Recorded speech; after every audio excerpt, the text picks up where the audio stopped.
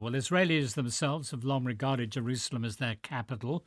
And way back in 1980, the Israeli Knesset passed what it called Basic Law, Jerusalem, capital of Israel.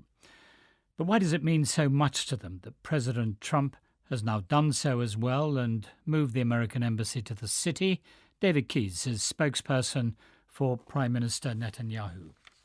What it means is that one of the most foundational and long-standing and axiomatic truths that Jerusalem is the capital of Israel and it's been the capital of the Jewish people for thousands of years has been recognized by the world's most powerful country, and that's very meaningful symbolically, and it's also just a meaningful recognition of a simple truth. You say that despite the fact that the American move has been universally condemned, with a few exceptions. Well, I think you're going to see that tide change very soon. Several other countries have already made the same declaration and were in talks with other countries about doing the same thing. But I don't think that truth is subject to a popularity context of the moment. I think that there are things called facts and truths, and that these matter. I'm standing in Jerusalem right now at the new embassy, and this is the seat of the Israeli government, where the Supreme Court resides, where the Foreign Ministry resides, where the Prime Minister's office resides. So I ask you, where is Israel's capital if not Jerusalem? Except that the status of Jerusalem was meant to be decided in final negotiations with the Palestinians, and this seems to have preempted that. Look, I don't think this has preempted anything related to peace. Israel has been calling for direct negotiations with our Palestinian neighbors for quite some time, and unfortunately the answer has been consistently no. I've been with the Prime Minister on literally hundreds of occasions where he's called to meet President Abbas for direct talks, and it has never happened because they said no, no, no. In fact, at the United Nations, the Prime Minister invited President Abbas to come to the Knesset to speak directly to the Israeli people. Of course, he said no to that offer. So it takes two to tango, and I hope that that changes, but so long as the position of the Palestinian leadership is to denounce Israel's very right to exist and to call for the eventual flooding of Israel and to negate the very idea of the State of Israel, it's going to be very hard to make progress on peace.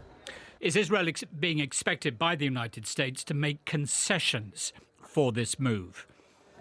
Well, I don't think anybody has to demand concessions from Israel because Israel has had its hand extended in peace from day one to all of its neighbors. I mean, Israel has peace with Egypt because Egypt wants peace with Israel, and Israel's peace with Jordan because Jordan wants peace with Israel. Israel doesn't have peace with the Palestinian leadership because the Palestinian leadership doesn't want peace with Israel. Just following up on that, I asked the question because it has been reported that Israel might be asked to withdraw from 4 Arab neighborhoods in East Jerusalem, which would enable them then to be claimed as the capital of an independent Palestinian state.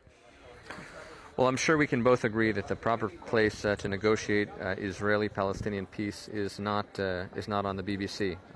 But there could be some truth in that. Is what I'm asking you. Well, I think that there's no hesitation whatsoever on Israel's side to engage in true and meaningful negotiations with our Palestinian neighbors. That's why the Prime Minister has called repeatedly to sit down with the Palestinian leadership. But you cannot negotiate with yourself. And so long as they say no even to meeting Israel's leaders, then the hope for peace remains very bleak, unfortunately. Could I just turn briefly to Israel's border with Gaza? You're doubtless aware that dozens of Palestinian protesters have reportedly been killed there today, which has brought condemnation from the UN High Commissioner for Human Rights, among others. I wondered why so many deaths. Well, it's a legitimate question, but you'd have to ask it of the Hamas leadership, who is entirely responsible for encouraging people to storm into Israel in order to kill Israelis and destroy our state. You would have to ask it of the Hamas leadership, who hides behind women and children. What kind of people send women and children to the front lines in order to be shot? You know, they sent a 7-year-old girl hoping that she would be killed.